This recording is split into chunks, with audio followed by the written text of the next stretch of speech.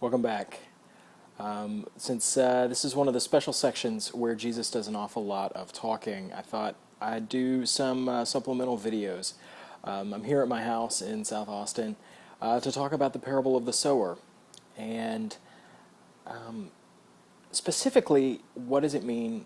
What is it trying to say about the kingdom? Or what do I think it's trying to say about the kingdom? Growing up, I heard this story an awful lot, and it was mostly focused on telling you about the four types of soil and trying to find your place there. Which one of these types of soil are you?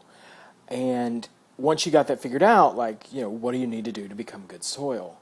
While I was working on it for this podcast, though, I was doing a lot of thinking not about the types of soil so much, but about the sower. And who is this guy? And what's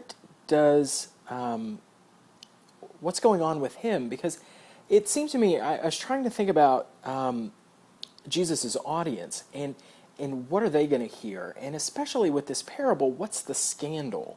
What's shocking about this story? And as Jesus' audience is largely, I think, subsistence farmers or people who are kind of farming on the very edge of subsistence, when you've got a guy who's taking the stuff of life, I mean, the seed that he's sowing is bread that you didn't eat, and bread your children didn't eat.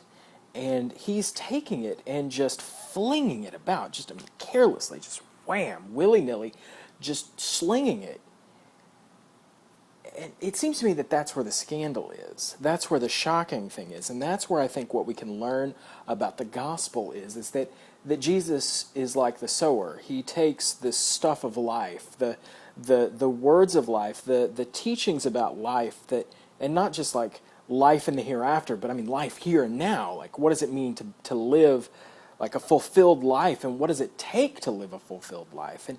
And how do we do that? And he takes this stuff that's intensely valuable that people, if somebody came along these days, they'd be selling it, for 5 easy installments of, $39.99 or something. And he takes this stuff and he's just handing it out. He's just slinging it, willy-nilly, without any kind of, commercial thought, without any kind of preparation. He's just handing it out. Here, he's like Oprah. And you get the word of life, and you get the word of life, and you, and you, and you, and you, and you. You all get the words of life. Now, what you do with it, well, that's a different story. And as I'm thinking about this, I'm thinking about God's intense, his flagrant generosity. And what does that mean for the kingdom? Well, it means that those of us who are members of the kingdom need to be that generous. The other thing it made me think about was you never know where the good soil is. Yes, it looks like there's rocks over there, and yes, there's weeds over here, and even down by the path, we're just spilling some there. But you never know where the good soil is. We have this arrogance to think that we can figure people out and judge people and determine, oh, well, you'd be a good fit for the kingdom, but not you. And Jesus teaches us to go anyway and let God be God. Our job is to sow. Our job is to be soil. Our job is to be sown. And doing that is a lot harder than it looks. And we don't need to be complicating it by trying to take on God's role too of judging who should hear the word and who is not. Who's valuable enough to hear the word, or who's ready, or who is capable.